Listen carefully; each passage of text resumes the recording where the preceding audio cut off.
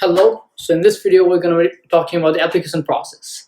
So if you have already applied as undergrad, you can tell it's such a hassle. Like undergrad was easy. When you apply for undergrad, there was a common app where we could just apply to a bunch of colleges, and just using one common application, you're going to apply to 20 colleges actually for free, because there was a fee waiver and you could just apply to as many colleges as you can.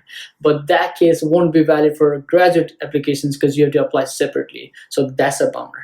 And on top of that, you have to pay for each graduate school application process. So you not only have to fill it out, all each application, you also have to pay lots of money. And so it's pretty big money, because it comes around $60 to $100. If you were to apply to 20 colleges and apply to, let's say, $100 per application fee, then you end up paying like $2,000. And that's a lot of money just for application process. And on top of that, you have to pay for GRE and stuff like that. So that's a lot. So you don't want to really go wild and apply to 20 colleges. So you have to be really careful on choosing the right colleges, and that will be something we'll be talking about in the next video on how to choose colleges. But for now, it's just the application process. I'll just be giving you the overview.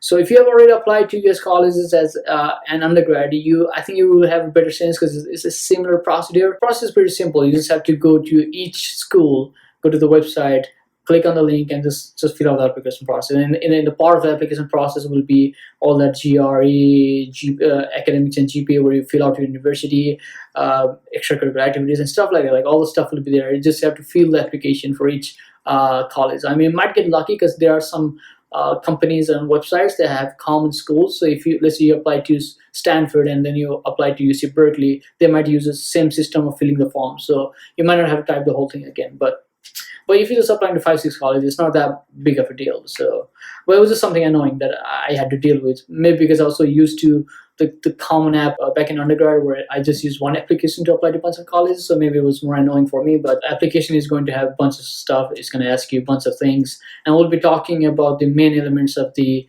application process in the videos to come. But this one is just an overview. Regarding the fees, there are some cases where you could apply for a waiver. I mean, if you are a US citizen and if you are in some kind of programs, you might qualify for some kind of waivers. If you are an international student, I think it's really hard for you to really qualify for a fee waiver. But if you really want to take your chances, there are some colleges, usually renowned universities, they don't really give waivers. But there could be some universities where you could email them saying financial hardship is an issue, and then maybe they will find a way to waive application fees. So you can always try that, and there's nothing harm in trying. You can just email them saying, can I apply without the application fee, or can you waive my application fee? And they may ask you for some documents showing your financial hardship, and maybe you'd qualify. So you can always try for it, but I'm just saying it's really hard to get one. But you can try, and trying is just emailing the graduate school or maybe the department, and maybe they can find a way to give the waiver. Now, let's talk about master's versus PhD.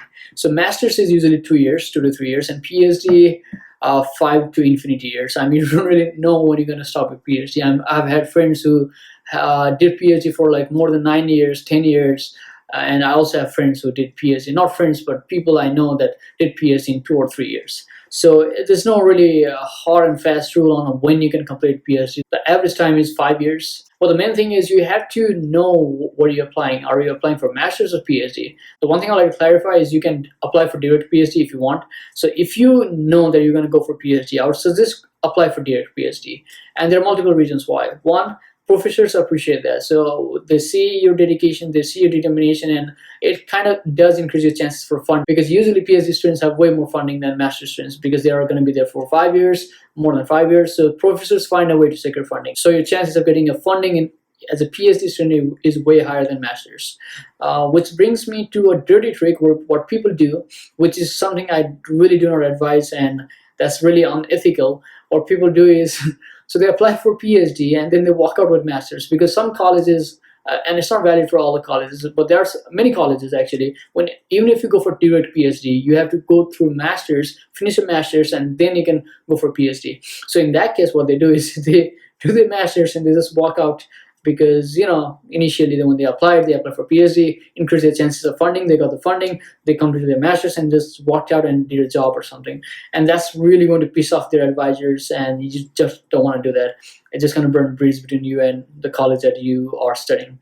So please don't do that. I mean, unless you're really desperate and you just want to go unethical route, go for it, but I suggest not to. Please don't.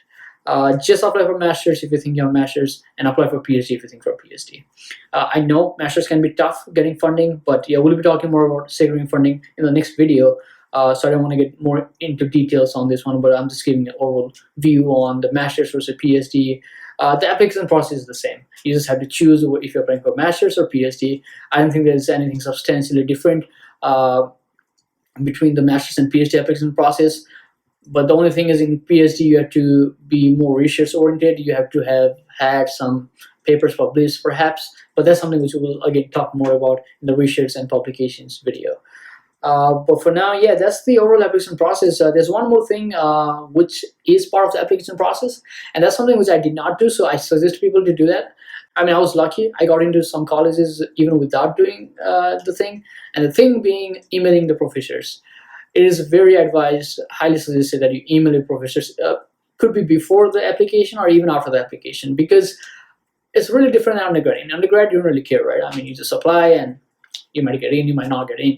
But for grad school, professors are important because professors are the ones that usually take you. There are some cases where department takes you, but if professor takes you, you kind of are almost guaranteed funding, because that way he or she will either find you a RA or TA, and then again, we'll be talking more about funding stuff later on, but email the professors. That also increases your chances of getting into a college, because they will know you're passionate about something, and it's a good sign.